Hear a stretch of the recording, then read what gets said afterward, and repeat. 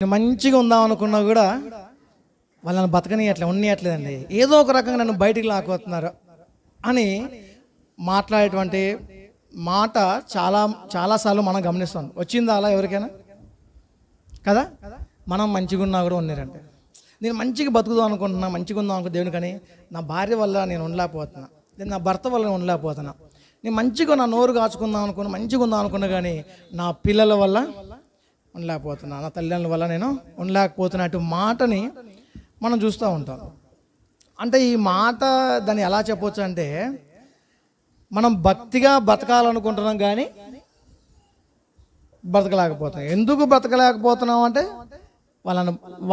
వీళ్ళు సరిగా ఉండట్లేదు, వాళ్ళు ఏదో ఒక మాట చెప్పి ఏదో ఒక నిందేసి మంచిగా ఉందని అన్నీ కూడా గిల్లి మరి బయటకు గుంజుకుని వస్తున్నారు అనే పదాలు మన ఊరు భాషలో మీకు కొంచెం అర్థం కావాలని అలా చెప్తున్నా కదా. అలాంటి సందర్భాలు ఉన్నాయి.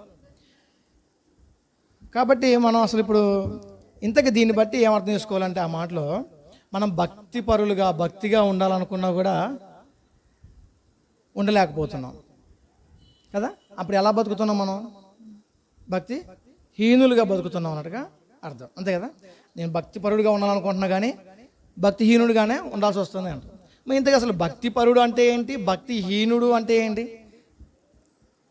ఇలా ఈ రెండింటిలో ఒక్క పదం గురించిన విషయం మనకి అర్థమైనా కూడా రెండో విషయం సింపుల్గా అర్థం చేసుకోవచ్చు. భక్తిపరుడు అంటే ఏంటంటే భక్తిగా జీవించేవాడు, భక్తికి సంబంధించినటువంటి అన్ని పాటించేవాడు, భక్తిగా జీవించేవాడు భక్తిపరుడు అంటారు. ఇక భక్తిహీనుడు అంటే అర్థం ఏంటి? దీనికి వ్యతిరేకమే భక్తిహీనత కదా. మరి భక్తిపరుడు భక్తిహీనుడు నేర్చుకునే ముందు భక్తి అంటే ఏంటి అని తెలుసా? భక్తి అంటే తెలుసా? ఎప్పుడు విన్నారా పదాన్ని కదా? భక్తి అంటే ఏంటి?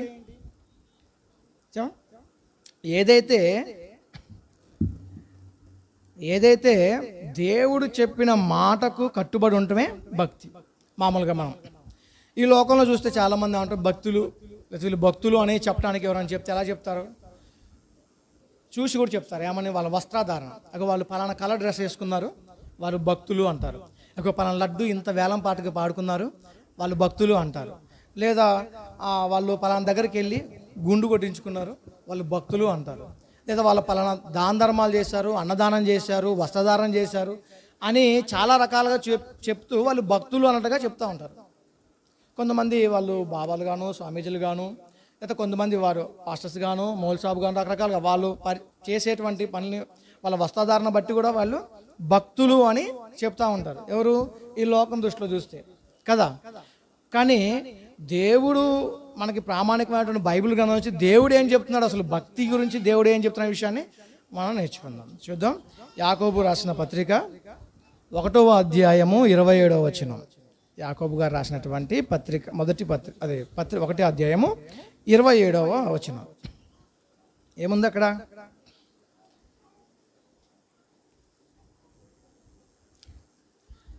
తండ్రి అయిన దేవుని ఎదుట పవిత్రమును నిష్కలంకమునైన భక్తి ఏదనగా. ఇక్కడ చూడండి, తండ్రి అయిన దేవుని ఎదుట, మామూలుగా మనుషుల ఎదుట భక్తిగా కనిపించేవారు చాలామంది ఉంటారు. అదే చెప్పా కదా, ఇందులో ఒక వస్త్రధారణ కానీ, వాళ్ళు చేసే దాన ధర్మాలు కానీ, క్రియలు కానీ, లేకపోతే ఇంకేదో ఇంకా వాటి వల్ల. కానీ దేవుడు ఇక్కడ ఏం చెప్తున్నాడంటే, మనుషుల ఎదుట కాదు, దేవుని ఎదుట, తండ్రి అయిన దేవుని ఎదుట భక్తి ఏంటంటే అక్కడ ఏంటి? పవిత్రమైనటువంటి నిష్కలంకమునైనటువంటి భక్తి ఏదనగా. ఓకే, ఏంటి అంటే దిక్కులేని పిల్లలను, విధవరాలను వారి ఇబ్బందుల్లో పరామర్శించుటయు. ఇది సాధారణంగా చాలామంది చేస్తూనే ఉంటారు.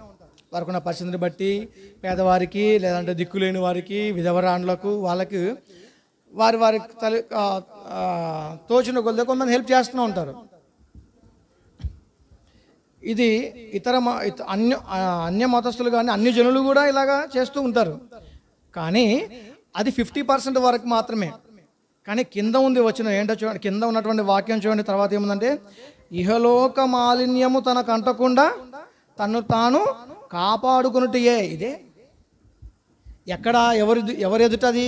మనుషులు ఎదుట కాదు. ఎవరు ఎదుటది? దేవుని ఎదుట. ఏంటి? దేవుని ఎదుట నిజంగా దేవుడు మనల్ని వీడు భక్తిపరుడు, ఈమె భక్తిపరురాలు అని చెప్పాలంటే దానికి ఒక స్కేల్ ఇక్కడ ఉంది, ఏముంది ఇక్కడ? దేవుడు ఏం చెప్తున్నాడు? ఇహలోక మాలిన్యము తనకు అంటుకోకుండా తాను కాపాడుకుంటే. ఇహలోక మాలిన్యము అంటే ఏంటి? ఇహలోక అంటే ఈ లోక మాలిన్యము. మాలిన్యం అంటే పాపము. ఈ లోకంలో ఉన్నటువంటి పాపం ఏదైతే ఉందో ఆ పాపం మనకు అంటుకోకుండా బతకటమే భక్తి కదా.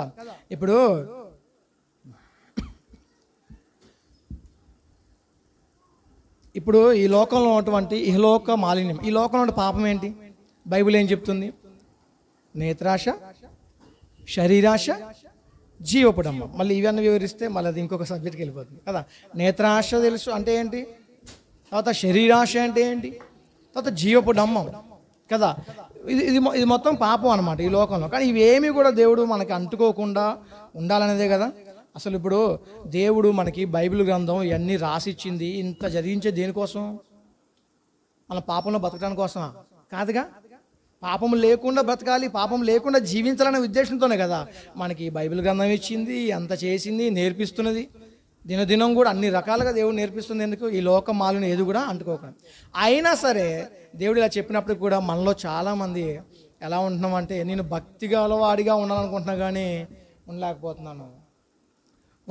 ఎందుకు గల కారణం ఏంటంటే, వాళ్ళు చేయబట్టి, వీళ్ళు చేయబట్టి, నాకున్న పరిస్థితులను చేయబట్టి నేను ఇలా ఉన్నాను అని చెప్తూ ఉంటారు కదా. మొన్న రీసెంట్గా మేము హైదరాబాద్ వెళ్తున్నాం, ఒక పని మీద వెళ్తున్నప్పుడు ఒక సాయిలన్న గారి మెసేజ్ విన్నప్పుడు ఆయన అందులో ఒక జరిగిన సంఘటన గురించి, యేసన్న గారి జీవితంలో జరిగిన అనుభవం గురించి అక్కడ ఆయన చెప్తున్నారు. ఏమని తెలుసా? ఒక ఆమె ఉందంట, ఆమె పేరు అంతా శాంతమ్మ. ఏం పేరు? గట్టిగా చెప్ప, ఏం వినపడలేదా? Praise lot. శాంతమ్మ అనేటువంటి ఒక ఆమె ఉందంట. అప్పుడప్పుడు సీనన్న గట్టిగా అరవటం మంచిది అనిపిస్తుంది. సీనన్న వాయిసే కరెక్ట్ అనిపిస్తుంది గట్టిగా మాట్లాడటానికి. శాంతమ్మ అంట చర్చిలో మొత్తం ఊడ్చే దగ్గర నుంచి చేరపోయేట గిన్నెలు గడి కదా మొత్తం ఆమె పనులు చేస్తాడట. చాలా మంచి భక్తి పరాలుగా జీవిస్తుందంట. చాలా అసలు చూస్తే అమ్మడి అక్క అని వందనాలు చెప్పాలనే స్థితిలో ఉంటుందంట. ఎప్పటి నుంచో యేసన్న గారిని చాలాసార్లు రమ్మని అడిగిందంట. ఇక ఒకసారి రండి, ఇంటికి రండి, మా ఇంటికి రండి, మమ్మల్ని దర్శించని చెప్పి చాలాసార్లు అడిగినప్పుడు సరిగా యేసన్న గారికి సరైన సమయం కుదరక ఆయన వెళ్ళలేకపోయారంట. ఒకరోజు యేసన్న గారికి ఏదో మీటింగ్ ఒకటి క్యాన్సిల్ కావడం వల్ల సడన్గా శాంతమ్మ గుర్తొచ్చిందంట. ఏమని? అరే శాంతమ్మ చాలాసార్లు రమ్మని చెప్పింది, అయినా సరే నాకు సమయం కొలి ఒకసారి తన దగ్గర పోయేద్దాం అని చెప్పేసి అనుకున్నాంట. మరి ఫోన్ చేయడానికి ఆ టైంలో ఇప్పుడు ఫోన్లు అంతకు లేవు కాబట్టి డైరెక్ట్గా వెళ్ళిపోయారు. వెళ్ళే సమయానికి శాంతమ్మ ఏం చేస్తుందో తెలుసా ఏం చేస్తుందో? శాంతమ్మ గారు ఆయన పోయేటప్పుడుగా పక్కింటంతో గొడవ పెట్టుకుంటుందట, భాషలు మాట్లాడుతుందట, రకరకాలు బూతు మాటలు మాట్లాడుకుంటూ గొడవ పెడుతుందంట. ఇట్టి అంటుందంట. ఆయన చెప్పేటప్పుడు బాగా నవ్వొచ్చింది. బాగా నవ్వుతుంది. ఈలో పక్కన ఉన్న ఒకే బజార్లోంచి వచ్చిన వాళ్ళు ఉంటారు కదా, చర్చికి వచ్చే వాళ్ళు ఉంటారు కదా, అది చూసి శాంతమ్మ యేసన్న గారు వచ్చింది నీ భాగవతం మొత్తం చూసినంట. ఈ అమ్మట ఆమెతో గొడవ పెట్టుకునేది కాస్త యేసన్న గారు చూసి స్తోత్రం అని చెప్పేసి అన్నదంట. ఏమంటే స్తోత్రం అనగానే ఈలోపు ఆమెతో గొడవ పెట్టుకుని, శాంతమ్మతో ఎవరైతే గొడవ పెట్టుకుందో ఆమె ఏమేదో స్తోత్రం అంటే, నేను మనకు అర్థం కావడం ఏమన్నా అక్కడ అర్థం పదం మీరు, ఏమేదో స్తోత్రం అని చెప్పింది వాళ్ళ భాషలో, బైబిల్ భాషలో నన్ను తిట్టింది అని చెప్పి ఇది పెద్ద భూతే అనుకుని ఆమె కూడా ఇంకా నీకే స్తోత్రం, నీ కొడుకు స్తోత్రం, నీ భర్త స్తోత్రం, నీ ఇంట్లో అందరికీ స్తోత్రం అని చెప్పేసి ఆమె గట్టిగా ఇంకా అరిసిందంట. అంటే ఇంత తర్వాత యేసన్న గారి పక్కకు పోయి, ఏందమ్మా శాంతమ్మ చర్చిలో ఎట్లుంటావు, ఎంత భక్తి పరలాగా ఉంటావు, ఇదా అసలు నువ్వు చేసేది, ఇట్లా ఉండొచ్చా, కరెక్ట్ కాదు కదా, మన వల్ల దేవుడి నామానికి అవమానం కలుగుతుంది కదా, చూడు అన్ని జిల్లాలో ఎంత హేళనగా ఉంటుందో కదా, ఎందుకమ్మా అలా అంటే, అసలు ఏంటమ్మా గొడవ ఏందనంటే, ఏం లేదు అయ్యారు, గోడకి 10 పిడకలు కొట్టినా అందులో 2 ఎవరు ఎత్తకపోయారట. ఆ పంచాయతీ దేనికి? అవంట గోడకి 10 పిడకలు కొట్టిందంట, ఆ పిడకలలో 2 పిడకలు ఎవరు ఎత్తకపోయారంట. అది ఎవరు అని తెలియక ఒకటే. చాలాసార్లు నేను కూడా చూసా, మా దగ్గర కూడా చూసా. ఆ కోడి ఏదో కుక్క వచ్చి ఆ కోడి పిల్లల్ని, కుక్కే వచ్చింది ఇంట్లో బజార్లో ఉన్నటువంటి కోడి పిల్లల్ని వాటిని పెట్టి కొరుక్కుని తింటది, ఇంట్లో వస్తుంది తిరుగుతాడు చేస్తూ ఉంటుంది. కుక్కలు జంతువులు, వాటి స్వభావం అది కదా. వీళ్ళు ఏం చేస్తారు, ఆ ఇల్లుగల్లో ఈ కుక్కను పంపించినట్టుగా పాప ఆ ఇల్లుగల్లో తిడతారు. ఎవరైనా పంపిస్తారా? నువ్వు వెళ్ళు కుక్క పోయి ఇగో పలానా లీలకోళ్ళ ఇంట్లో ఉన్నటువంటి కోడి పాపం తిన, కోడి పిల్లని తినని చెప్తారా? చెప్పరు కదా. కానీ అప్పుడు ఏం చేస్తారు, అక్కడ ఉన్న వాళ్ళు వాళ్ళని ఆ ఇంట్లో అందరిని తిడతా ఉంటారు కదా. మళ్ళీ చూస్తే అందరు భక్తిపరులే, కానీ అందరూ చర్చికి వెళ్ళేవారే, రకరకాల చర్చికి వెళ్ళేవారే, కానీ అందరూ నోట్లోంచి వచ్చేటువంటి మాటలు కానీ, అంటే ఎవరికి రావని కాదు అందరికీ వచ్చు, కానీ మన కంట్రోల్లో బట్టి ఉంటుంది కదా కదా అదే కదా, ఈ లోకం మాలి అంటించుకోవద్దంటే దాని అర్థం అదే కదా. అప్పుడు ఆ రకంగా చూసినప్పుడు అలా ఏమవుతుందంటే మన సాక్షి జీవితం కూడా పోతుంది. అదే అసలు ఎందుకమ్మా అంటే నేను మంచిగానే ఉందాం అనుకుంటున్నాను అయ్యగారు, కానీ ఇగో ఆమె చేయబట్టి నేను బయటపడాల్సి వస్తుంది, ఆమె చేయబట్టి నా నోరు బయటపడాల్సి వస్తుంది అని చెప్పేసి అలా చెప్పిందంట. మనం కూడా చాలామంది అలానే అనుకుంటాం కదా, వీరు చేసే క్రియలను బట్టి, నా భర్తను బట్టి, భార్యను బట్టి, వారిని బట్టి, వీరిని అత్తమామలను బట్టి, లేకపోతే అక్కచెల్లెలను బట్టి, వీళ్ళని బట్టి నా భక్తి జీవితాన్ని నేను కోల్పోతున్నా అని చాలామంది ఫీల్ అవుతూ ఉన్నారు. కానీ ఇప్పుడు మనం చూస్తే అసలు ఇక్కడ ముందుగా దాని అర్థం ఏంటంటే, ఇక్కడ ఇందాక మనం చూసాం కదా, దేవుని ఎదుట పవిత్రం అంటే ఏంటి అసలు? పరిశుద్ధత కదా. పరిశుద్ధతకు అంటే పరిశుద్ధత దేనికి సంబంధించింది? ఈ భక్తి దేవుడు చెప్పినటువంటి విషయంలో డ్రెస్సుకా, శరీరానికి సంబంధించిన పరిశుద్ధత, వస్త్రాధారానికి సంబంధించిన పరిశుద్ధత కాదు. ఆత్మీయ జీవితానికి, ఆత్మకు సంబంధించినటువంటి పరిశుద్ధత గురించి అక్కడ దేవుడు మనకు చెప్తున్నారు. కాబట్టి అప్పుడే మనకు ఒక మాటలో అర్థం కావాలంటే ఏం లేదండి, ఒక వ్యక్తి మంచివాడు అని చెప్పాలంటే దేన్ని బేస్ చేసుకొని చెప్తారు? ఆయన వేసుకున్న బట్టలను బట్టి చెప్తారా? ఆయనకున్నటువంటి అర్హతలను బట్టి చెప్తారా? ఆయనకున్నటువంటి విద్యా అర్హతలు కానీ, లేదా రాజకీయ అధికారం కానీ, ఆయనకున్నటువంటి స్టేటస్ కానీ, ఆయనకున్నటువంటి అందచందాలను బట్టి ఒక వ్యక్తి మంచివాడని చెప్తారా? దేన్ని బేస్ చేసుకుని మంచివాడని చెప్తారు? చెప్పండి. ప్రవర్తన అంటే తన యొక్క క్రియ, ఆయన చేసేటువంటి ప్రవర్తన, ఆయన బిహేవియర్, ఆయన బుద్ధి ఎలా ఉందో దాన్ని బేస్ చేసుకొని ఈయన మంచివాడా కాదా, అంతే కదా. ఇప్పుడు పేద స్థితిలో ఉన్నవారు, లేని వారు సైతం కూడా ఆయనకి ఏం లేకపోయినా మంచివాడండి, చాలా మంచివాడండి అని అంటారు. ఎందుకురా నుంచుకొని కూడా ఏం సుఖం, అసలు మంచి బుద్ధి లేదు వాడికి అంటారు కొంతమంది కదా. కాబట్టి ఇక్కడ దేవుడు చెప్తుంది ఏంటంటే ఆత్మకు సంబంధించి ఆ పరిశుద్ధత మనం అలా కలిగి ఉండాలని. రెండవదిగా తర్వాత ఈ పాపులతో, ఈ లోకమాలిన్యం మనకు అంటుకోకూడదు ఉండాలి అంటే అర్థం ఏంటంటే అసలు వాటిలో చిక్కుకోకుండా జాగ్రత్తగా మనం ఉండాలి. అంటే అసలు పాపం జోలికే మనం పోకూడదు కదా. కొంతమంది ఏం చేస్తారు, ఆ పాపం ఆ వ్యక్తి గురించి తెలియకపోయినా ఇప్పుడు ఆయన గురించి చెప్పాడు అనుకోండి, అసలు అది నిజమో కాదో ఏందో తెలియకుండా వెంటనే ఈ వార్తను మళ్ళీ అమ్మటే పబ్లిసిటీ చేస్తూనే ఉంటారు కదా. అప్పుడప్పుడు యూట్యూబ్లలో షార్ట్స్లో కొన్ని మీమ్స్ వస్తూ ఉంటుంది. ఏమని వస్తుంది, ఆడవాళ్ళంట ఇప్పుడు ఉదాహరణకి లీలక మౌనికకి దేవునట్టు చెప్పిండు, నువ్వు చెప్పకలే మౌనిక అంటే సరే అని చెప్పేసి పేర్లు ఊరికనే చెప్తాను, ఏమనుకో అర్థం కావాలని. ఈలో మౌనిక కూడా ఎవరికి చెప్పకలేని పక్కన సిస్టర్ ఆ సిస్టర్తో పక్కన అందరితో కూడా ఎవరికి చెప్పొద్దు, ఎవరికి చెప్పొద్దు అనుకుంటే ఊరంతా తిరిగి వచ్చిందంట. ఎవరికి చెప్పొద్దు అనుకుంటేనే ఊరంతా తిరిగి వచ్చిందంట కదా. అన్నిటికంటే స్పీడ్ పోయే కారు ఏం కారు? అన్నిటికంటే స్పీడ్ పోయే కారు పుకార్. ఏం కారు? పుకార్. చాలా పుకార్లు పుట్టిస్తూ ఉంటారు, అది ఇంకా చాలా స్పీడ్ వెళ్తుంది కదా. కాబట్టి చాలామంది ఇలాంటి విషయాలు కూడా చెప్పేవాళ్ళు ఉంటారు. కానీ తద్వారా దాన్ని బేస్ చేసుకొని నా గురించి ఆయనకి మాట చెప్పిందా, నేను ఆయన అడగాల్సిందే, కడగాల్సిందే, చేయాల్సిందని చెప్పేసి అనవసరంగా మన భక్తి జీవితాన్ని మనం కోల్పోకూడదు. వారిని బట్టి మనం జారిపోవాల్సిన అవసరం, వారిని బట్టి మన నోరు పాడు చేసుకోవద్దు, వారిని బట్టి మన తల, మన మైండ్ ఎంత పాడు చేసుకోవాల్సిన అవసరం లేదు. ఎందుకంటే ఈ లోక మాలిన్యము అంటించుకోకూడదు. కాబట్టి వీలైతే ప్రార్థన చేయి, నీకు తెలియదుగా, చూడలేగా, ఒకరు చూసినాక నీ సహోదరుని ప్రేమ కలిగి బుద్ధి, మంచి వాక్యం తనకి బుద్ధి చెప్పి, మంచి సరి ఆత్మను రక్షించినట్టుగా అలా చెప్పు, మంచిదే. కానీ ఎవరో అన్న మాటలను బట్టి మనం అలా బాధపడటానికి వీల్లేదు, లేకపోతే అలా వాళ్ళతో గొడవ పెట్టుకోవడానికి మనకి అసలు దేవుడు అవకాశం కూడా ఇవ్వట్లేదు. ఎందుకంటే మనం అంటాం, ఆయన ఇదంతా చెప్తున్నా అందరు చేస్తున్నారుగా, నేను చేస్తే ఏమైంది, అందరు చేస్తున్నా కానీ నేను చేసిన, ఇలాంటి మాటలు కూడా చాలాసార్లు వస్తాయి కదా. ఆ మాట దేవుడి దగ్గర చెప్తే ఒప్పుకుంటాడు దేవుడు కదా సమంజసమా? దేవుడు యాక్సెప్ట్ చేస్తాడు ఆ మాటని? చెప్పండి. అందరు చేస్తారు కాబట్టి నేను చేసిన అంటే కుదురుతుందా? కుదరదు. అందరు చేసిన నువ్వు చేయాలంటే కుదరదు. తర్వాత చూద్దాం. ఇప్పుడు ఎలా పడుతుంది, మరి ఏం చేయాలి? మరి నువ్వేమో అట్ట వద్దంటున్నావు, ఈ జనం ఏమి ఇట్టని చెప్తున్నారు, మరి ఇప్పుడు ఏం చేయాలి? అసలు అట్ట బతకడం సాధ్యమా? సాధ్యమే. బైబిల్ గ్రంథాన్ని దేవుడు మనకు రాసించింది కూడా దేనికోసం అంటే మునుపు ఇలా బ్రతికిన వారు వారి స్థితి ఏమైంది, లేదా ఇలా బ్రతికిన వారు వారి యొక్క స్థితి ఏమైంది అనేటువంటి విషయాలు ఈ ఇహమందు ఇప్పుడున్నటువంటి ఈ యుగాంతమందు ఉన్నటువంటి మనందరికీ కూడా ఏం కలగడం కోసం రాయబడ్డాయి? బుద్ధి కలగడం కొరకు. ఇప్పుడున్నటువంటి మనందరికీ, ఈ తరంలో ఉన్నటువంటి మనందరికీ కూడా, యుగాంతమందు ఉన్న మనందరికీ కూడా మన మనోనేత్రాలు తెరవబడటానికి, మనందరికీ బుద్ధి కలగడానికి ఈ మాటలు రాయబడ్డాయి. బైబిల్లో చాలామంది కొద్దిమంది బైబిల్లో తప్పులు ఉన్నాయి అని కొంచెం అన్యులు, వేరే ఇతర వాళ్ళు మతం దేవుడు అంటే ఇష్టం లేని వారు ఆ బైబిల్లో ఆ తప్పులు ఉన్నాయి ఈ తప్పులు ఉన్నాయి అని చెప్పి కొంతమంది గురించి చెప్తారు. బైబిల్లో తప్పులు ఉన్నాయని బైబిల్లో తప్పులు కాదు, తప్పు చేసిన వారి గురించి రాయబడింది. ఆ తప్పు చేయమని చెప్పలేదు. ఒకళ్ళు ఇలా చేశారు, అలా చేయటం వల్ల వాళ్ళకి కలిగినటువంటి పరిణామం ఏంటో దాన్ని చూసి మీరైనా బుద్ధి తెచ్చుకోండి అని రాయబడింది తప్ప బైబిల్లో మీరు కూడా ఇలా చేయండి అని చెప్పలేదు కదా. కాబట్టి మరి ఇప్పుడు బైబిల్ గ్రంథం నుంచి ఇలాగ బతికిన వారు ఎవరు ఉన్నారా?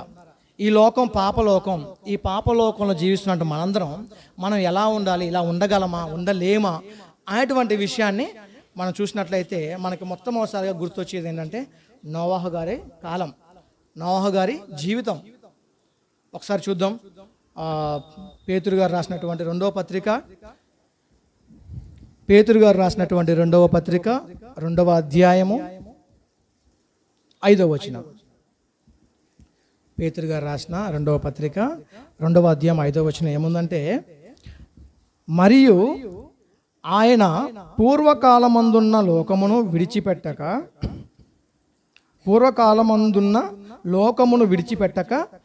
భక్తిహీనుల సమూహము మీదికి జలప్రళయమును రప్పించినప్పుడు, ఇక్కడ పూర్వకాలమున లోకమును విడిచిపెట్టక భక్తిహీనుల సమూహం మీదకి అన్నాడు కదా. తలుపుతున్నారే అనలేదని అదే ఉంది అక్కడ. భక్తిహీనుల సమూహం మీదకి ఏం పంపించారంట ఆయన? జలప్రళయం పంపించి. ఎవరి మీదకి? భక్తి గల వారి మీదకా? కాదు, భక్తిహీనుల మీదకి ఆయన జలప్రళయము రప్పించాడు. అంటే ఈ జలప్రళయం వచ్చిన ఆ సమయంలో ప్రపంచం ఎలా ఉందని అర్థం చేసుకోవాలి మనం. దేవుడు భక్తిహీనుల మీదకి ప్రళయాన్ని పంపించాడు అంటే అర్థం ఏంటి? ఆ టైంలో జలప్రళయం వచ్చినటువంటి ఆ టైంలో ఈ లోకం ఎలా ఉంది? భక్తిహీనులుగా, నీచులుగా, భక్తిహీనులుగా, దుర్మార్గులుగా, నాశనం చేయవారుగా ఇలాగ జీవిస్తున్న వారి మీదకి ఏమొచ్చిందంట? ప్రళయం వచ్చింది కదా. సో ఇప్పుడు చూస్తే మరి అలాంటి భక్తిహీనుల మధ్య మరి నోవాహు గారు ఎలా బతికారు? మనం అనుకుంటున్నాం కదా, నేను మంచిగా ఉందాం అనుకుని ఉండలేకపోతాను, వాళ్ళ వీళ్ళ వాళ్ళకి మా ఫ్యామిలీ వాళ్ళని బతకలేకపోతున్నాను అంట. మరి నోవాహు గారు ఉన్నప్పుడు అందరూ రక్షింపబడింది ఎవరు ఫ్యామిలీ? నోవాహు గారు ఫ్యామిలీ ఒకటే కదా. అందరూ అంత పాపిష్టకరం జీవిస్తున్న మనుషులందరి మధ్యలో ఆయన ఎలా బతికాడు? నోవాహు గారి గురించి మోషే గారు ఇస్తున్న సాక్ష్యం ఉంది చూడండి. ఆదికాండము 6వ అధ్యాయము 9వ వచనం. ఆదికాండము 6వ అధ్యాయము 9వ వచనం. మోషే గారు చేస్తున్నారంటే అర్థం ఏంటి? దేవుడు పరిశుద్ధాత్ముడు రాయించినట్లే కదా, అంటే దేవుడిచ్చిన సాక్ష్యం అని అర్థం చేసుకోవాలి.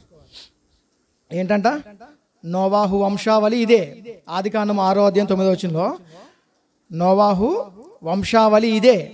నోవాహు నీతిపరుడును తన తరములో నిందారహితుడునై ఉండెను. నోవాహు దేవునితో కూడా నడిచాడు. నోవాహు ఎలా ఉన్నాడంట? నీతిపరుడుగా ఉన్నాడంట. నీతిపరుడుగా. ఒక వ్యక్తి నీతిమంతుడు లేదా నీతిపరుడు అని ఎలా చెప్పాలి? ఎంతలో మనం అనుకున్నాం కదా, మనం చెప్తే కాదు, అది ఎవరు చెప్పాలి? ఒక వ్యక్తి నీతిపరుడు అని ఎవరు చెప్తే అది కరెక్ట్ అవుతుంది? దేవుడు. మరి దేవుడు ఏం చెప్తున్నాడు? నీతిపరుల గురించి దేవుడు ఏం చెప్తున్నాడు?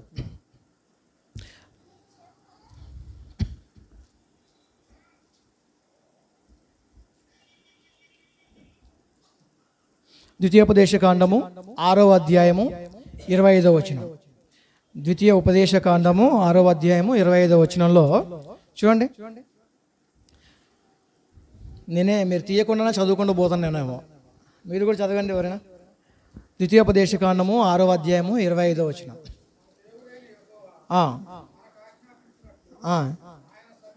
ఉమ్. ఆ. ఆ. ఆ. మనకు నీతి కలుగుతుంది. ఎప్పుడు నీతి కలుగుతుంది మనకు? దేవుడైన యెహోవా ఆజ్ఞాపించిన అన్నీ కూడా ఆజ్ఞలన్నీ మనం పాటించినప్పుడు. అన్నీ అన్నాడా, కొన్ని అన్నాడా దేవుడు? అన్నీ కదా. నేను 10th క్లాసు 6 సబ్జెక్టులు పాస్ అయితేనే పాస్ అయినట్ల, 5 పాస్ అయ్యి 1 ఫెయిల్ అయితే పాస్ అయినట్లా? అన్ని సబ్జెక్టులు పాస్ అవుతూనే క్లాస్ అంతా కూడా మనం పాస్ అయినట్టుగా కదా. ఈ మధ్యలో ఒకసారి చూసి ఆంధ్రాలో జరిగినటువంటి ఒక పాప వాళ్ళు చెప్పడం, తెలుగులో ఇన్ని వచ్చినాయి సార్, హిందీలో ఇన్ని వచ్చినాయి సార్, వాళ్ళ దాంట్లో ఇన్ని వచ్చినాయి సార్, ఆఫ్టర్ 4 మార్కులు పెట్టుకొని ఎలా ఫెయిల్ చేస్తారు సార్ మమ్మల్ని అని చెప్పేసి ఒక అమ్మాయి అలా చెప్పింది కదా. ఆఫ్టర్ 4 మార్కులు పెట్టుకోండి. 1 మార్కు పోయిన వాళ్ళు చాలామంది ఉన్నారు కదా. హాఫ్ మార్కులు పోయిన వాళ్ళు జాబులు రాకుండా చాలామంది ఉన్నారు కదా కొన్ని సందర్భాలు కదా. కాబట్టి ఇక్కడ దేవుడు అన్ని సమస్తం ఏంటంటే అన్ని సమస్తమైన ఆజ్ఞలన్నీ అనుసరించి నడుచుకున్నప్పుడు నీతి అవుతుంది కదా, దేవుడు చెప్పే డెఫినేషన్. కాబట్టి ఇప్పుడు నోవాహు గారు ఎలా ఉన్నట్టు మనం అర్థం చేసుకోవచ్చు? దేవుడు చెప్పినవన్నీ కూడా ఆయన చేస్తున్నట్లుగాను, దేవుడు మాట అక్కడ ఉంది చూడండి. ఈ నోవాహు దేవునితో కూడా నడిచిన అంటే అర్థం ఏంటి? దేవునితో కూడా నడిచిన అంటే అర్థం ఏంటి? దేవుని ఫాలో అవుతూ వస్తున్నారు ఆయన కదా. దేవుడు చెప్పిన సమస్తము జరిగించుకుంటా వస్తున్నాడు. ఇప్పుడు చూడండి నోవాహు గారి పని ఏంటంటే ఆయనకి చాలా పనులండి. ఒకవైపు ఆయన ఏం చేయాలి? వాడగట్టుకోవాలి. రెండోది ఇంకేం చేయాలి? అందరికీ వాక్యం ప్రకటించాలి. ఏమని ప్రకటించాలి? దేవుడు మీ ఆకాశ తలుపులా అంటారు కదా, ఆకాశ వాకిట్లను దేవుడు ఇప్పాడు, మీకు ఆశీర్వాదం రాబోతుంది, మీకు ఆస్తులు రాబోతుంది, మీకు కార్లు అయ్యా చెప్పింది నోవాహు గారు. ఏం చెప్పాడు ఆయన? ఏం చెప్తున్నాడు? ఉగ్రత రాబోతుంది, జలప్రలయం రాబోతున్నారు, మీరు మంచివారు కాదు, మీరు అలా బతుకుతున్నారు అని చెప్పాడు. అసలే ఆ లోకం అంతా భక్తిహీనులుగా ఉన్నప్పుడు నోవాహు గారు వెళ్ళి ఇలాంటి మాటలు చెప్తే ఆయన పరిస్థితి ఏంటండి? ఒకసారి థింక్ చేద్దాం. అసలే అందరు భక్తిహీనులుగా ఉన్నారు, ఎవరికి ఇష్టం వచ్చినట్టుగా వాళ్ళు బతుకుతున్నారు, పెళ్లి చేసుకుంటూ ఇష్టానుసారంగా విందులు అన్నీ చేసుకుంటున్న వీరు వాళ్ళ దగ్గరకు పోయి ఈయన ఈ మాటలు చెప్తే ఆయన పరిస్థితి ఏంది? ఒకటి అది భరించాలి, అందరి నిందలు, అందరనే మాటలు, అందరి హేళన. అసలు ఈ ఓడేంటి, జలప్రలయం ఏంటి, వాటర్ ఏంటి, అంత పైనుంచి నీళ్ళు రావటం ఏంటి అని హేళన. ఇన్ని పనులు ఉంచుకొని అవి చూసుకోవాలి. మళ్ళీ ఇంకా ఏంటి, వాళ్ళ పిల్లల్ని, భార్యని, కుటుంబాన్ని అన్నీ సరి చేసుకోవాలి కదా. ఇన్ని పనులు ఉన్నప్పుడు ఆయన పరిస్థితి ఏంటో అర్థం చేసుకుని ఇలాంటి లోకంలో ఉన్నప్పుడు. అప్పుడు అందుకే నోవాహు గారి గురించి యేసుప్రభు వారు కూడా చెప్తున్నారు కొన్ని మాటలు. ఏంటంటే మత్తయి సువార్త 24వ అధ్యాయంలో 37, 38, 39. మత్తయి సువార్త 24వ అధ్యాయము 37, 38, 39 చదువుదాం ఒకసారి. ఆ మాట మంచిగాను బిగ్గరగాను చదువుదాం. మత్తయి సువార్త 24వ అధ్యాయము 37, 38, 39 ఏముంది అక్కడ?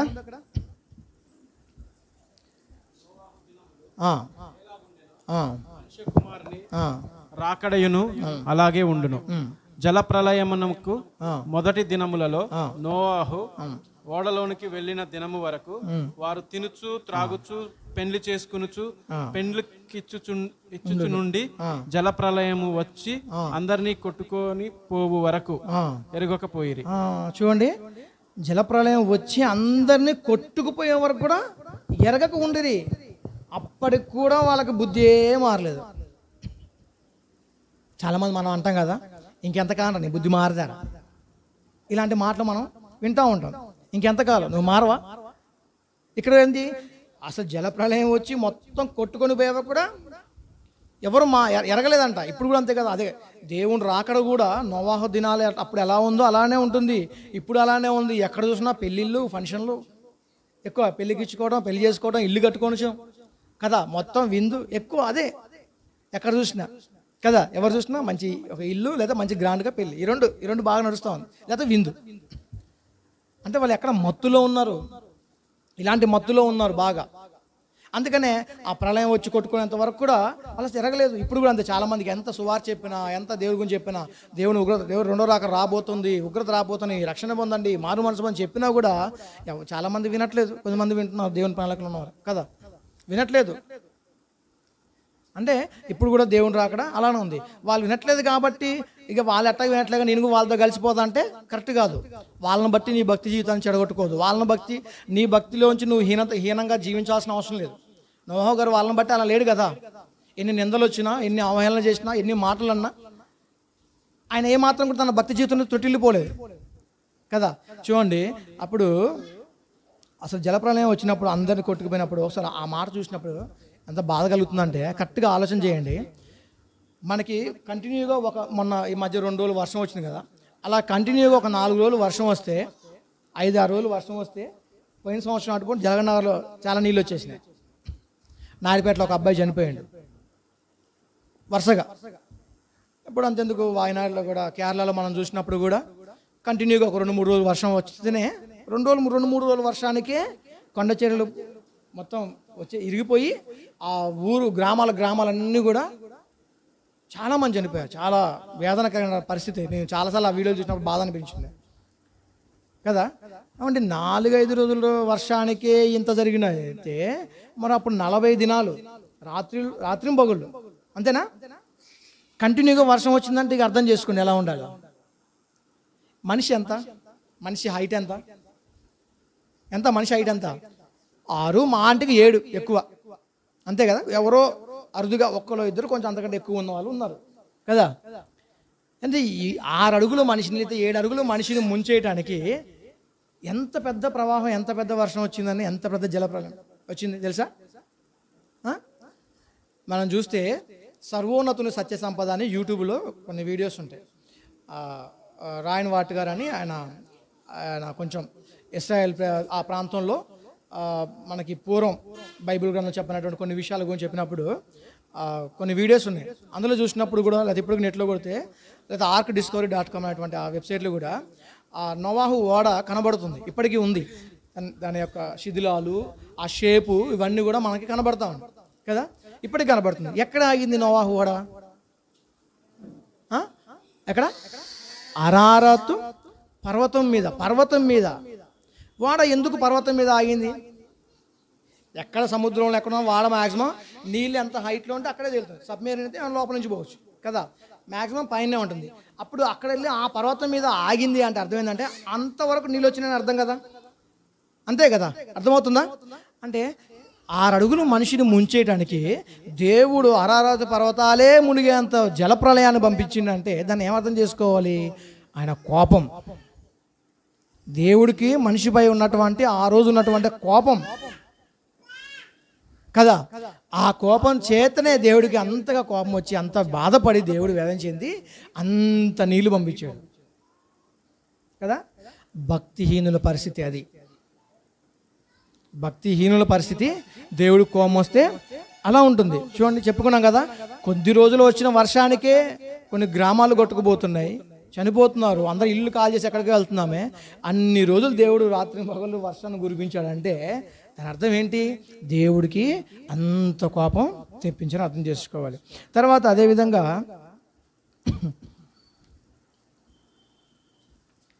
అలాగ చూసుకున్నట్టు పోతే నోవాహు గారి జీవితంతో పాటు అబ్రహాము గారి గురించి కూడా మనం చూస్తాం. ఏమనంటే అబ్రహాము దేవుని నమ్మాడు, అది అతనికి ఎలా ఎంచబడిందంట?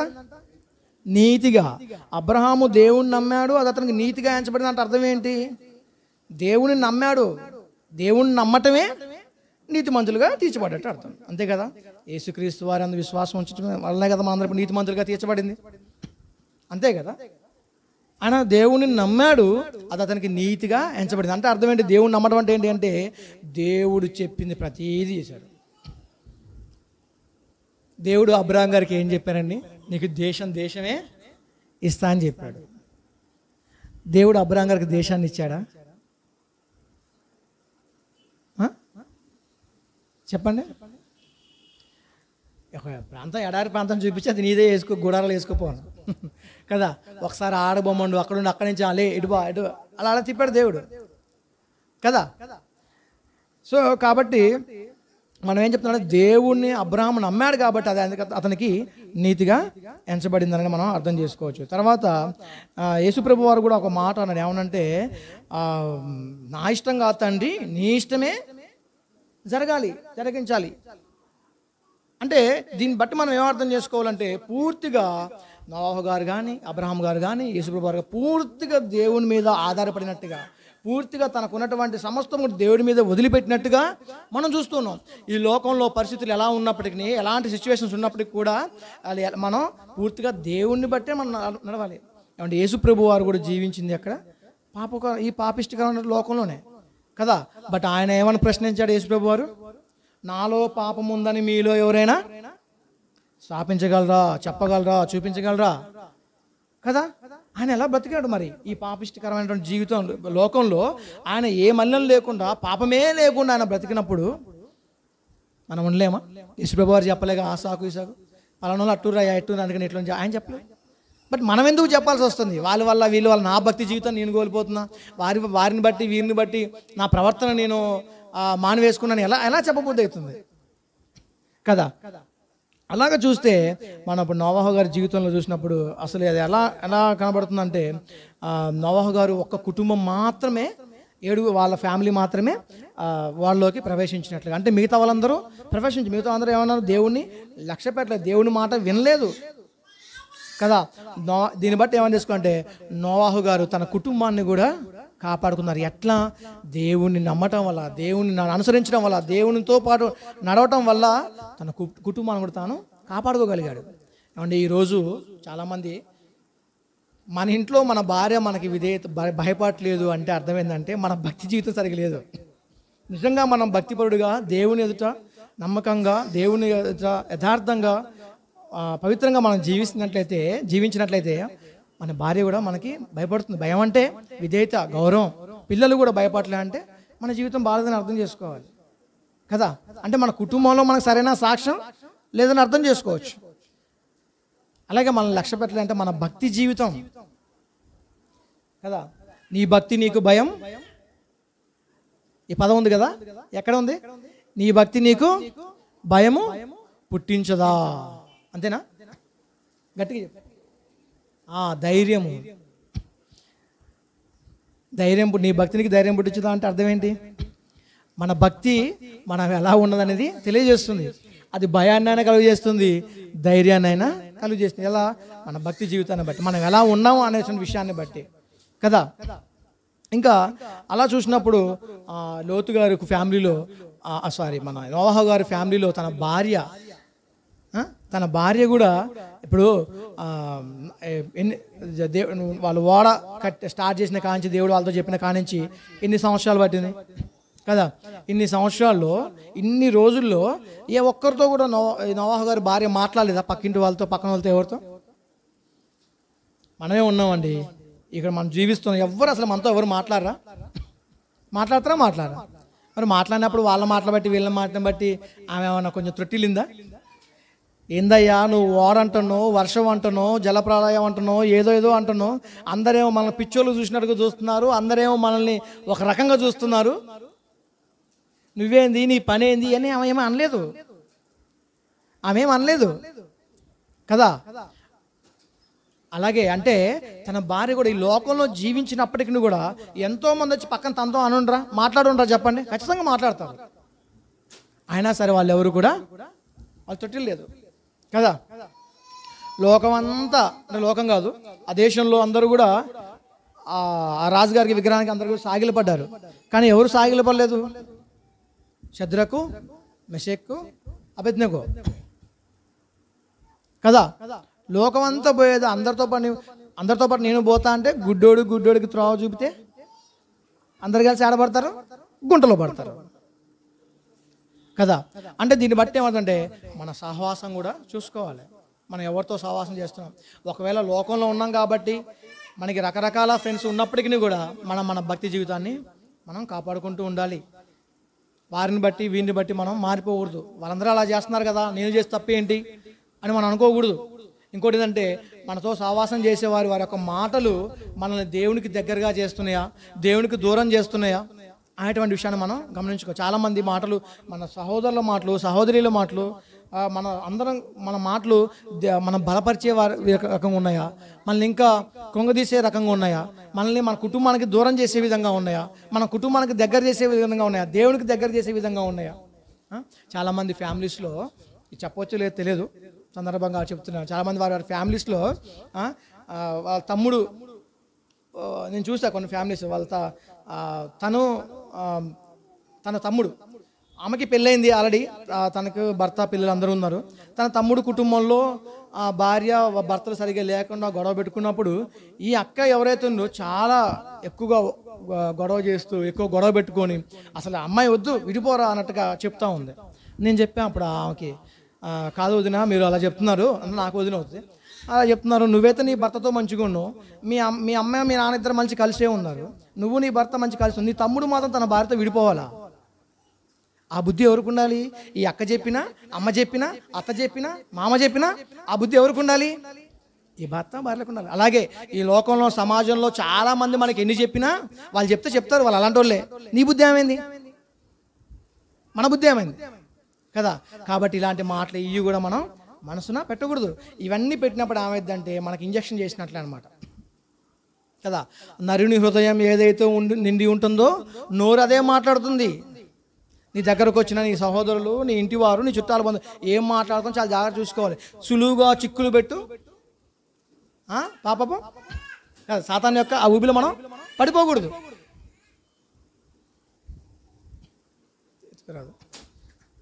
కదా. సులువుగా చిక్కులు పెట్టేటువంటి అలాంటి ఆ బంధకాల్లో మనం పడిపోకూడదు. చాలా జాగ్రత్తగా ఉండాలి. ఎవరు ఏం చెప్తున్నారో, ఏం మాట్లాడుతున్నారో, అసలు ఎలాంటి విషయాలు మనం మాట్లాడుతాం జాగ్రత్త చూసుకోవాలి. మన భక్తిని మనం కొనసాగించాలి కదా.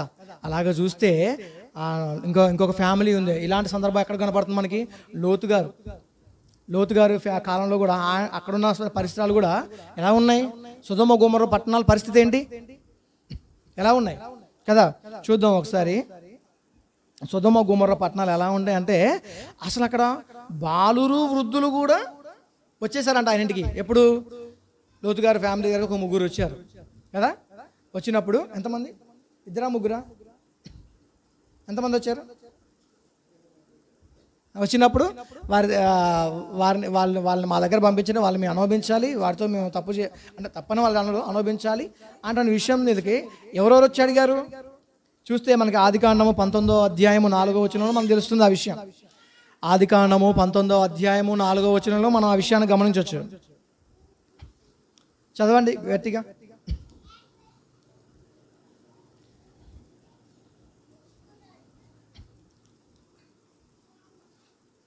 ఆదికాండము 19వ అధ్యాయం 4వ వచనం చదివేటప్పుడు అందరూ దృష్టిలో పెట్టాలని అలా చూపిస్తూ ఉంటారు. ఇక్కడ చెప్పిందే నమ్మటం కాకుండా అక్కడ బైబిల్లో ఏం చెప్పబడింది అటువంటి విషయాలు మనం కూడా గమనించుకోవాలి. ఏం వినిస్తున్నారో, ఏం మాట్లాడుతారో జాగ్రత్తగా చూసుకోవాలి కదా. సో కాబట్టి చదివేటప్పుడు అందరూ కూడా జాగ్రత్త చూడండి. ఏం చెప్పబడింది అక్కడ? వారు పండుకొనక ముందు ఆ పట్టణస్థులు అనగా సొదొమ మనుషులు బాలురును వృద్ధులను ప్రజలందరూ కూడా నలుదిక్కుల నుండి కూడి వచ్చి ఆ ఇంటిని చుట్టూ వేసి. అంటే అక్కడ ఎవరెవరు వచ్చారు? బాలురు వచ్చారు, వృద్ధులు వచ్చారు, ప్రజలందరూ కూడా వచ్చారు. అంటే అర్థం ఏంటి? ఆ పట్టణాలు ఎలా ఉన్నాయి, ఎంత దారుణంగా ఉన్నాయో అర్థం చేసుకోవచ్చు. చిన్నపిల్లలు, బాలురు అంటే చిన్నపిల్లలే కదా, అంటే చిన్నపిల్లల నుంచి పెద్దవారు ముసలివారి వరకు అందరూ కూడా వారి కోసం వచ్చారంటే ఆ పట్టణ పరిస్థితి ఎలా ఉందో అర్థం చేసుకోండి. అది ఎంత పాపిష్టకరమైనటువంటి ప్రాంతమో, ఆ పట్టణాలు ఎలాంటివో ఆ మాటలో మనం అర్థం చేసుకోవచ్చు. అలాంటి పట్టణంలో కూడా లోతు గారు జీవించారంటే ఎలా జీవించారు? లోతు గారు ఒక మనసు ఏంటి, ఆయనకు బుద్ధి, ఆయన స్థితి ఏంటి అన్నప్పుడు చూస్తే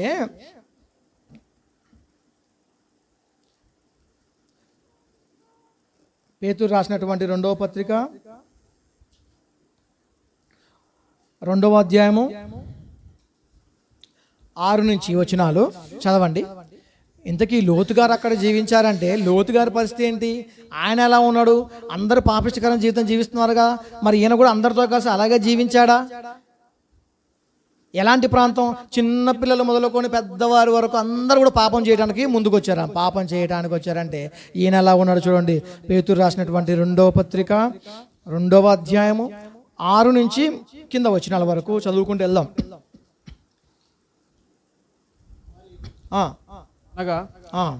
ఆయన సొదొమ గొమెర్రాలను పట్టణములను భస్మము చేసి ముందుకు భక్తిహీనులకు వారికి వాటిని దృష్టాంతముగా ఉంచుటకై వాటిని నాశనం విధించి. చూడండి, అక్కడ దేవుడు ఆ సొదొమ గొమొర్రా పట్టణాలన్నిటి కూడా నాశనం చేసి భస్మం చేసి ముందుకు భక్తిహీనులకు వారికి, ముందుకు భక్తిహీనులు అంటే ఇప్పుడు ఆ తర్వాత నడుస్తున్న మనందరూ ఇందులో ఉన్న భక్తిహీనులందరికీ ఏం చెప్తున్నాడంటే అక్కడ దృష్టాంతముగా, అంటే దృష్టాంతముగా ముందు ఇలా జరిగిందిరా అబ్బాయి కాబట్టి ఇగో ఎలా ఉండాలి ఉంచుటకు వాటిని దేవుడు వాటికి నాశనము విధించి, ఆ తర్వాత నాశనం విధించి దుర్మార్గుల కామ వికారయుక్తమైన నడవడి చేత బహుబాధపడిన నీతిమంతుడకు లోతును తప్పించును. ఇక్కడ లోతు గారు ఎలా ఉన్నాడంట? నీతిమంతుడు. లోతుగా ఈ మాట ఎవరు చెప్తున్నారు? దేవుడే. లోతు గారి గురించి దేవుడు ఇచ్చిన సాక్ష్యం ఏంటి? నీతిమంతుడు కదా. ఆ నీతిమంతుడు అలా జరిగేటువంటి అలాంటి పరిస్థితిలో ఆయన కూడా నేను కూడా వాళ్ళతో పాటు వెళ్దాం, లేదా నేను కూడా వాళ్ళతో పాటు కలిసిపోతాను, నేను మంచిగా ఉందాం అనుకున్నా కానీ ప్రభు వాళ్ళు చేసే క్రియలన్నీ నన్ను లాగేసినాయి, వాళ్ళని బయటికి లాక్కొచ్చారు, నేను మంచిగా ఇంట్లో ఉన్న కూడా బయటికి గుంజకొచ్చి మరి నన్ను ఎట్లా చేశారు ప్రభా, నేను వాళ్ళకి మారిపోయినా. ఉన్నాడా? లేదు. ఆయన ఎలా ఉన్నాడంటే అక్కడ చూడండి ఏముంది? నీతిమంతుల లోతును తప్పించాను. ఎలా? ఆ కామ వికారయుక్తమైన నడవడి చేత బహుబాధపడిన అంటే లోతు గారు ఏం చేశారు? వాళ్ళతో కలిసిపోలేదు, బాధపడ్డాడు. నీ గురించి ఆ అమ్మ ఈ అమ్మ ఆ అయ్యా ఈ అయ్యా అని చెప్తే నువ్వు కూడా పోయి వాళ్ళతో కలిసిపోకుండా అవసరమైతే వారికి బాధపడు, దేవుని దగ్గర వాళ్ళ గురించి ప్రార్థన చేయి కదా, ప్రార్థన చేయి. నేను దూషించు వారి కొరకు దేవుడు ప్రార్థన చేయమని చెప్పాడు. క్రీస్తు యేసు కలిగిన మనసును కలిగి ఉంటాం అంటే యేసుప్రభు అని శిల వేసినా, కొడాలతో కొట్టినా, ఉమ్ము వేసినా, గుద్దినా ఎలా సహించాడు. మనం కూడా అలానే ఉండాలి. ఎందుకంటే ఈ లోకమాలిని మనం అంటించుకోకూడదు కదా. అందుకని ఇక్కడ ఆయన లోతు గారు ఎలా ఉన్నారు? బాధపడుతున్నారు అంట. ఆయన బాధపడుతున్నాడు. తర్వాత 8వ వచనంలో ఆ నీతిమంతుడు వారి మధ్యన కాపురం ఉండి తాను చూచిన వాటిని బట్టి వినిన వాటిని బట్టి వారి అక్రమమైన క్రియల విషయములో దినదినము నీతిగల తన మనస్సును నొప్పించుకొనుచు వచ్చాను. మళ్ళీ ఒకసారి చూద్దాం. ఆ నీతిమంతుడు వారి మధ్యన కాపురం ఉండి, ఆ నీతిమంతుడు వారి మధ్యన కాపురం ఉండి. మనమైతే ఏమంటాం? ఏరియా బాగలేదండి, ఈ ఏరియా బాగలేదు, నేను ఇక్కడి నుంచి మారుతున్నా, షిఫ్ట్ చేస్తున్నా. నువ్వు ఉన్న ఏరియానే బాగలేదు, అక్కడ పట్టణమే బాగలేదు, ఆ ఊరే బాగలేదు, ఆయన చేంజ్ అవ్వలేదు కదా. అయినా సరే ఆయన లోక మాలిన్యము ఆయన అనుకోకుండా నీతిమంతుడుగా ఆయన జీవించాడు, బ్రతికాడు. మన ఇంట్లో పరిస్థితి బాగాలేకనే బయటకు వస్తున్నాం. మా అత్తట్ట, మా మామిట్ట, మా యారాలెట్ట, మా ఆడబిడ్డిట్ట అని చెప్పేసి ఇక్కడ పరిస్థితి బాగాలేకనే ఉన్న ఒక 2 గదుల రూమ్కి మధ్యలోనే గదికి బీరాలు పెట్టుకోను, ఆ కొండ వేరు ఈ కొండ వేరు. ఏమండి, ఇక్కడ పరిస్థితులు బాగలేకనే మనం రూమ్ షిఫ్ట్ చేస్తున్నాం, ఇంకెక్కడో పోతున్నాం. ఆయన ఉన్నటువంటి ఆ పట్టణాలే, ఆ ఊరే పరిస్థితి, ఆ ఊరి పరిస్థితే బాగలేదు కదా. అయినా సరే ఆయన అలా ఉండంట. దినదినము అంటే రోజు ఎన్ని చూసిండో అలాంటి ఆయన జీవితంలో ఆయన రోజు ఎన్ని చూస్తున్నాడో. నీతిగల తన మనస్సును నొప్పించుకొనుచు వచ్చును. నీతిగల మనసు, అప్పటికి కూడా ఆయన మనసు నీతిగానే ఉంది, ఎక్కడ కూడా దారి తప్పలేదు, త్రుటిల్లిపోలేదు. తన భక్తి జీవితం తను బయటికి రాలేదు. తన మనస్సును నొచ్చుకుంటూ అంటే బాధపడుతూ వేదన చెందుతూ వచ్చాను. వారి మధ్య ఆయన ఏమన్నా ఎక్కడ ఉన్న కాపురం ఉన్న ఆయన వారి మధ్య ఆయన కాపురం ఉన్నాడు కదా. మనమైతే మన ఏరియానే మార్చేస్తున్నాం, ఇంట్లోనే మార్చేస్తున్నాం. పరిస్థితులు బాగలేక ఆమె బాగలేదు, ఏం బాగలేదు, ఆమె ఇట్లా అని చెప్పేసి మనం మార్చేస్తున్నాం కదా. అలాగే ఇంకా చూస్తే ఆ విషయాన్ని బట్టి మనం అర్థం చేసుకోవాలంటే ఆయన బాధపడ్డాడు కానీ భక్తిహీనుడు కాలేదు. మనం కూడా బాధపడవచ్చు కానీ మన భక్తిని మనం కోల్పోకూడదు. తర్వాత అలాగే ఇంకా చూస్తే యోబు గారి జీవితం కూడా చూస్తే తన ఫ్రెండ్స్ వచ్చి తన దగ్గర ఎన్నో విషయాలు ఎన్నో మాటలు చెప్పినప్పుడు కూడా ఆయన తన భక్తి జీవితాన్ని కోల్పోలేదు. దేవునికి ఒక్క మాట కూడా వ్యతిరేకంగా చెప్పలేదు కదా, ఎన్ని మాటలు అని అంటారు. చివరికి తన భార్య కూడా నువ్వు దేవుణ్ణి దూషించే, తన భార్య నువ్వు దేవుణ్ణి దూషించే, అయినా సరే ఆయన ఏమనలేదు. మనతో కూడా వస్తారు చాలామంది అంటారు. మా చుట్టాలు ఉన్నారు కాజీపేటలో, మా అత్తయ్య చనిపోయింది, వాళ్ళ అమ్మాయి. నేను ఒక మాట అంట కానీ ఏమనుకోవుగా అన్నది. ఏంటంటే ఎందుకు ఊరికే దేవుడు దేవుడు దేవుడు దేవుడు అంటావు, ఏం పని లేదా అన్నది. ఏం పని లేదు, ఊరికే దేవుడు దేవుడు అంటే బోరు కట్టట్లేదా, ఏముంది అని చెప్పేసి అడిగింది. ఆ మాటను బట్టి అక్కడ సువార్త చెప్పడానికి దేవుడు అవకాశం ఇచ్చాడు మంచిగా. చాలామంది అలా చెప్తూ ఉంటారు, ఇంతకాలం పోతాను చర్చికి, ఏముందా అమ్మ దేవుడు ఏం చేసింది నీకు అంటే. ఈ లోకం దృష్టిలో భక్తి ఏంటి? చర్చికి వెళ్ళడం, కానుకలు వేయటం, స్పాన్సర్ టీవీ కార్యక్రమాలకు స్పాన్సర్లు చేయటం, ఇంకా అట్టిపల్లి పని చేయటం, ఇంకేదో అన్నదానాలు చేయటం, ఇంకేదో చేయటం, ఇదిగా భక్తిగా చూస్తాను. ఇన్ని చేసిన దేవుడు ఏం చేసింది నీకు? ఇన్ని సంవత్సరాలు ఆయన దేవుడు నీకు పిల్లల్ని ఇచ్చిందా, లేకపోతే ఇంతగా నీ భర్తను మార్చిందా, లేకపోతే అది చేసిందా, ఇది చేసిందా? చాలామంది అంటూ ఉంటారు. నీ మనసును మాత్రం నువ్వు కంగారు పెట్టుకోవద్దు. నీ మైండ్లో గలిబిలి అవుతూనే ఉంటుంది. సాధారణంగా వాడి పని వాడు చేస్తూనే ఉంటాడు. అగో అలాంటి వాటికి పోవద్దని ఇక దేవుడు ఎప్పటికప్పటికి మనకు కూడా పుష్ చేస్తున్నాడు. ఇలా వాక్యం ద్వారా, ఆయన మాటల ద్వారా మనకు ఆదరణ, ఓదార్పు, ధైర్యము అన్నీ కలిగిస్తూ, బుద్ధి సరిచేయటం అన్నీ కూడా ఆయన వాక్యం ద్వారా మన, అందుకే దేవుడు మనని నడిపిస్తూ ఉన్నాడు. దీని కొరకే ఒక ఇల్లు ఉందంట, ఆల్రెడీ ఆ ఇంట్లో ఆ ఇంటి పరిస్థితి ఆల్రెడీ ఆ ఇంట్లో ఒక దయ్యం ఉందంట. ఆ ఇల్లంతా పాడైపోయిన స్థితిలో ఉన్నప్పుడు దాన్ని దేవుడు వచ్చి ఏం చేస్తే ఆ దయ్యాన్ని ఎలగొట్టి ఆ ఇల్లు మొత్తం మంచిగా క్లీన్ చేసి ఉన్నప్పుడు, అంటే ఆ ఇల్లు ఎప్పుడు ఎలా ఉంది, మంచిగా ఫ్రీగా ఏం లేకున్నప్పుడు, ఇంతకుముందు పోయిన దయ్యం అటు ఇటు తిరుగుకుండా చూసినప్పుడు ఆ ఇల్లు మంచి ఖాళీగా ఉందని చూసి ఏం చేసిందంట, ఈసారి దానికంటే చెడ్డవి ఇంకొక 7 దయ్యాలను తీసుకొచ్చుకొని ఆ ఇంట్లో తిష్ట వేసింది కదా. మనం కూడా అంతే. మనం వాక్యానికి దగ్గరగా లేకపోతే, దేవునికి దగ్గరగా లేకపోతే, మన హృదయాన్ని, మన మనస్సుని కదా దేవుని వాక్యంతో, దేవుని మాటలతో మనం నింపుకోకపోతే మన పరిస్థితి అంతే. ఇంతకు ముందున్నటువంటి దయ్యం పోయింది కదా, ఇంతకు ముందర నయమే ఒకటే ఉంది, ఇప్పుడు అంతకంటే చెడ్డవి మళ్ళీ అంతకంటే చెడ్డవి, దానికంటే చెడ్డవి ఇంకొక 7 దయ్యాలు వస్తున్నాయంట. అంటే ఇక ఎంత పాపము, ఎంత గలిబిలి మన మనసులో, మన హృదయాల్లో, మన జీవితాల్లో ప్రభావితం చూపుతాయో అర్థం చేసుకోవచ్చు కదా. కాబట్టి వాక్యానికి దగ్గరగా ఉండాలి. అబ్రహాము దేవుని నమ్మాను అంటే ఏంటి? దేవుని మాట విన్నాడు కాబట్టి ఆయన నమ్మాడు.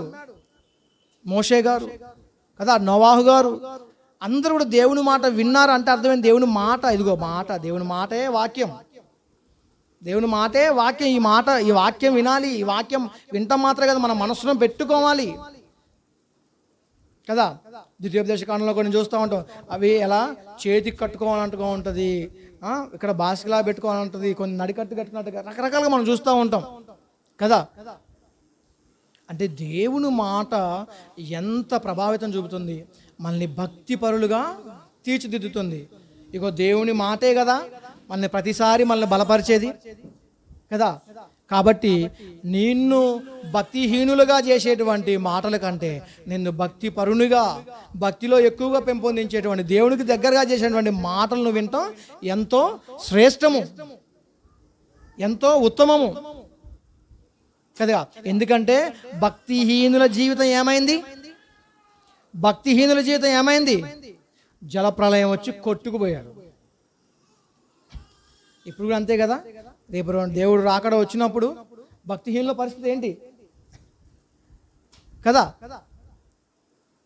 అలాగే చూసుకుంటూ పోతే ఇంకా యోబు గారి జీవితంలో తన ఫ్రెండ్స్, తన భార్య వీళ్ళందరూ వచ్చినప్పుడు వాళ్ళు ఆదరించడానికి వచ్చారా? లేదు కదా. యోబు గారిని ఆదరించడానికి వచ్చారా వాళ్ళ ఫ్రెండ్స్? చెప్పండి, అర్థమవుతుందా? తల మీద చేతులు పెట్టుకుని వంచుకొని ఎటేటో చూస్తున్నారు, నాకేం అర్థం కావట్లేదు కదా. ఎలా ఉంది? వాళ్ళు ఆదరించడానికి వచ్చారు ఆయన్ని? లేదు, ఆయనకి చాలా మాటలు ఇంజెక్ట్ చేయడానికి వచ్చారు, చాలా విషయాలు కదా, దేవునికి విరోధమైనటువంటి విషయాలు, ఆయన భక్తి జీవితం నుంచి త్రొట్టిలేటువంటి విషయాలు కదా. అందుకనే మనం ఇందాక చెప్పినట్లుగా జాగ్రత్త చూసుకోవాలి. మనకు చెప్పే మాటల ప్రభావం మనపై ఎంత చూపుతుంది, మన చుట్టూ ఉన్నటువంటి ఈ లోకము, ఆ మాటలు మనపై ఎలాంటి ప్రభావం చూపుతున్నాయి, మనల్ని భక్తి పరునుగా చేస్తున్నాయా, భక్తిహీనునిగా చేస్తున్నాయా, దేవునికి దగ్గరగా నడిపిస్తుందా, దేవుని నుంచి దూరంగా నెట్టేస్తుందా అనేటువంటి విషయాన్ని మనం చాలా జాగ్రత్తగా గమనించాలి అందుకేగా మీరు ఏం మాట్లాడుతున్నారో ఏం వినుచున్నారో జాగ్రత్తగా చూసుకోవాలి, జాగ్రత్త చూసుకోవాలి. జాగ్రత్త. క్రైస్తవ జీవితం చాలా జాగ్రత్తతో కూడినటువంటి జీవితం. ఇది విశాలమైన మార్గం కాదు, ఇది ఇరుకైన మార్గం కదా. ఈ ఇరుకైన మార్గంలో ఎన్నో ఇరుకంటే చాలా ఇరుకు, అర్థమైంది కదా. ఇరుకంటే పట్టడమే కష్టం, ఇక అందులో ఆ ఇరుకులో నుంచి పోవాలంటే ఇంకెంత కష్టం కదా. అలాంటి క్రైస్తవ జీవితాన్ని మనం భక్తికరమైనటువంటి ఆ క్రైస్తవ జీవితం మనం కోల్పోకూడదు కదా. శాంతమ్మలా మనం ఉండకూడదు. ఆయన ఇంకా చాలా చెప్పాడు, లిఫ్టిక్ భక్తి అని, లిఫ్టిక్ భక్తి, దులుపుకుపోయే భక్తి, ఇంకా రకరకాల భక్తి చెప్పాడు ఆయన. ఇప్పుడు శాంతమ్మ భక్తి బాగా తగులుతుంది. నిజంగా చాలామంది ఇక్కడ ఎన్ని మాటలు చెప్పినా, ఎన్ని వాక్యాలు చేత దేవుడు బలపరిచినా చాలామంది దులిపేసుకుంటారు. ఈ చెవితో విని ఆ చెవితో వదిలేస్తారు, వినాల్సినవి వినరు. అసలు దేవుడి మాట ఎంతగానో చెప్తే ఇలా ఏది గుర్తుందో కూడా తెలియదు చాలామంది. అదే ఇంకోరి గురించి చెప్పండి, ఆమె గురించి చెప్పండి, 10 సంవత్సరాలైనా మర్చిపోరు. ఇప్పుడు చెప్పరా మీలో చాలామంది 10 సంవత్సరాల క్రితం జరిగిన విషయం చెప్పలేరా? ఎవరి గురించి అని చెప్పలేరా కదా. పోయిన వారం చెప్పిన వాక్యం గురించి చెప్పమంటే ఉండదు. అంటే మనం ఏది ఎక్కించుకుంటున్నాం, ఏది ఎక్కడ దాకపోతున్న విషయాన్ని మనం చూసుకోవాలి. అందుకే చాలా వాటికి అసలు తావే ఇవ్వకూడదు. బైబిల్లో ఇంకొక ఉదాహరణ కూడా అలాంటి విషయాలు చాలా ఉన్నాయి. ఏంటి?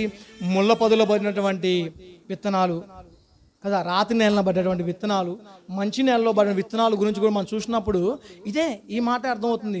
చాలామంది భక్తి పరులుగా ఈరోజు చాలామంది చర్చెస్లో కానీ ఎక్కడైనా చూసినా సరే బైబిల్ పట్టుకొని కలర్ వస్త్రాలు ధరించుకొని 4-5 రకాల మాలలు మెల్లో వేసుకొని భక్తి పరులుగా చెప్పులు లేకుండా గుడ్ ఫ్రైడే సీజన్లో ఇలాంటప్పుడు వెళ్తారు. భక్తి పరులుగా సిలువను మోసుకుంటూ ఎక్కడి నుంచో వస్తారు.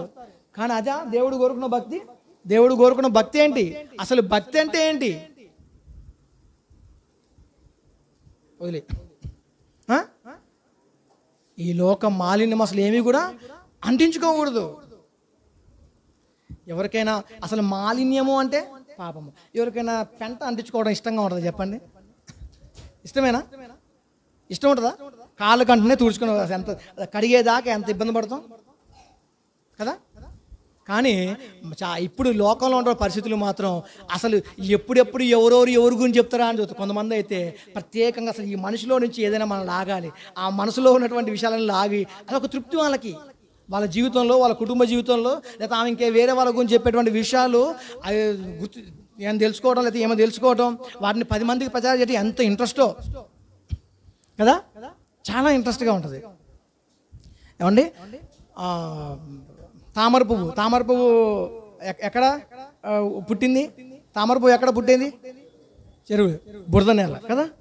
అంత బురదలో నుంచి వచ్చినా కూడా తన సువాసన, బురద వాసన వస్తుందా? తామర పువ్వు మంచి సువాసన వస్తుందా కదా? సువాసన వస్తుంది. మరి మనం ఏందండి? తర్వాత అంటే ఇవన్నీ దేవుడు దృష్టాంతంగా మన దగ్గర పెట్టాడు. అలే ప్రకృతిని చూసి కూడా మనం బుద్ధి తెచ్చుకోవాలి. దేవుడు పెట్టింది అందుకే. ప్రకృతి నుంచి ఎన్నో పాఠాలు నేర్చుకోవచ్చు కదా. ఇంకా అలాగ చూస్తే ఉప్పు సముద్రంలో పుట్టిన చేప, ఉప్పు సముద్రంలో చేప సప్పగా ఉంటుంది కదా. మరి దానికి ఎందుకు అంటించుకోలేదు కదా. అలాగే యేసుప్రభు వారి జీవితం కూడా, ఆయన ఈ పాపష్టి లోకంలో జీవించినప్పటికీ ఆయనలో ఏ పాపము లేకుండా, ఒక మలినము కూడా ఏదైనా ఉందని క్వశ్చనించేంతగా ఆయన జీవించారంటే అదే మనకు చెప్పింది.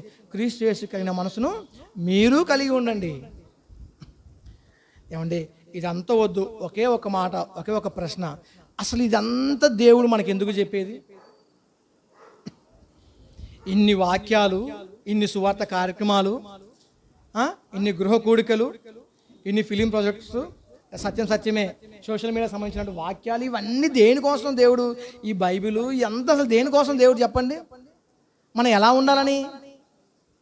లోకంతో జీవించాలన్నా, లోకం లేకుండా లోకంతో కలవకుండా ఉండాలన్నా?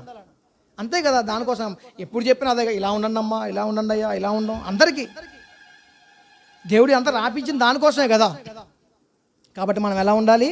లోకమాలను అంటించుకోకుండా మనం బ్రతకాలి, యేసు వారి వలె జీవించాలి. ఇగో లోతు గారిలా జీవించాలి, ఏబు గారిలా జీవించాలి, నోవాహు గారిలా జీవించాలి. ఇలాగా వీరిలా జీవించినప్పుడు దేవుడు, అందుకే మనుషుల చేత కాదు కానీ యెహోవా చేత నిర్దోషిని ఎంచబడిన వాడే, చెప్పండి, యెహోవా చేత నిర్దోషిని ఎంచబడినవాడు ధన్యుడు కదా కదా. మనుషుల చేత అవసరం లేదు. మనుషులు మనకున్నటువంటి, లేదా మనం ఏదో హెల్ప్ చేస్తే వాళ్ళు మనం గొప్ప చేయడం, లేకపోతే మనకున్నటువంటి అధికారాన్ని బట్టి, మనకున్నటువంటి స్థాయిని బట్టి మనకి వారు గొప్పలని చెప్తారేమో. మనుషుల భక్తి అదే, వాళ్ళ అలా తీర్పు తీర్చొచ్చు. కానీ దేవుడు మాత్రం అలా కాదు. దేవుని చేత నిర్దోషిని ఎంచబడాలి. మనుషులు పట్టించుకోకపోయినా, మనకి ఏది చెప్పినా ఏది చెప్పకపోయినా మనకు అవసరం లేదు. మనకి దేవుని వాక్యమే ప్రామాణికం. దేవుని వాక్యమే మనం జీవింపజేస్తుంది. దేవుని వాక్యంతోనే మనం నడవాలి. దేవుని వాక్యం మనకి ఆదరణ, దేవుని వాక్యం మనకి ఓదార్పు, ధైర్యము, మనం బలపరుస్తుంది. దేవుని వాక్యం ఎప్పుడైనా కృంగదీస్తుందా? నువ్వు అట్టాంటోడు ఇట్టాంటో ఇట్టున్నా అని చెప్తాను లేదు. సమరయ స్త్రీ దగ్గరికి పోయినప్పుడు యేసుప్రభువు వారు ఏం చెప్పారు? ఆయన మాటలు ఆమెను ఎలా ప్రభావితం చేశాయి? ఆమె మారిందే కాకుండా ఊరు మొత్తాన్ని కూడా ఆమె వెంట పెట్టుకొని వచ్చేసింది కదా కదా. అలాగా ఉండాలి మన మాటలు కదా. ఎదుటి వారిని మార్చేలా ఉండాలి, కానీ మన గురించి తప్పుగా సాక్ష్యం చెప్పేవారుగా మన జీవితాన్ని మనం ఉంచుకోకూడదండి. కాబట్టి ఈ లోకంలో జీవించినప్పటికీ కూడా మనకంటే ముందుగా జీవించిన భక్తుల జీవితాల్లో వారు ఈ పాపిష్టికరణ లోకంలో జీవించినప్పటికీ కూడా వారు నీతిగా బతికారు. వారి యొక్క భక్తి జీవితం నుంచి త్రొట్టిల్లో పోలేదు, వారి యొక్క భక్తి జీవితం నుంచి వెనకడికి వేయలేదు. ఆ లోకంతో కలిసి వారు కూడా నడవలేదు. కానీ ఎన్ని శ్రమలు వచ్చినా, ఎన్ని ఇబ్బందులు ఉన్నా, ఎన్ని కష్టాలు ఉన్నప్పటికీ, ఎంత అవహేళన, ఎంత మాటలు, ఎలాంటి దూషణ ఉన్నప్పటికీ కూడా తన ఇంటి నుంచి, చుట్టుపక్కల వారి నుంచి ఎన్ని ఉన్నప్పటికీ కూడా వారు తన భక్తి జీవితాన్ని వదులుకోలేదు. అందుకనే ఈరోజు మనకి వారు ఒక ఆదర్శంగా ఉన్నారు. దేవుడు వారిని నిలబెట్టారు, వారిని మనకు చూపిస్తూ ఉన్నారు. కాబట్టి ఇలాగ మనం కూడా బ్రతకాలని దేవుని వాక్యమే మనల్ని నడిపిస్తుందని. అందుకనే నీ వాక్యము నా పాదాలకు దీపము, నెమ్మది, నీ మాటలు నాకు నెమ్మది, నీ వాక్యం నాకు నెమ్మదిస్తుంది. జుంటెతైన దారుల కంటే కూడా మధురమైనది, వెండి బంగారుల కంటే మేలిమి, అలాంటి గొప్ప గొప్ప రత్న రాసుల కంటే కూడా నీ మాటలు ఎంతో గొప్పవి ప్రభువా. ఆ మాటలను బట్టి మనం జీవించాలి, ఆ మాటలు మనలో ఉండాలి, కానీ ఇరుగు పొరుగు వారి మాటలు మనకి అవసరం లేదు. కాబట్టి మనందరం కూడా అలా జీవించేటట్లుగా దేవుడు మనకు సహాయం చేయాలని కోరుతూ ఈ మాటలు ముగిస్తున్నాను.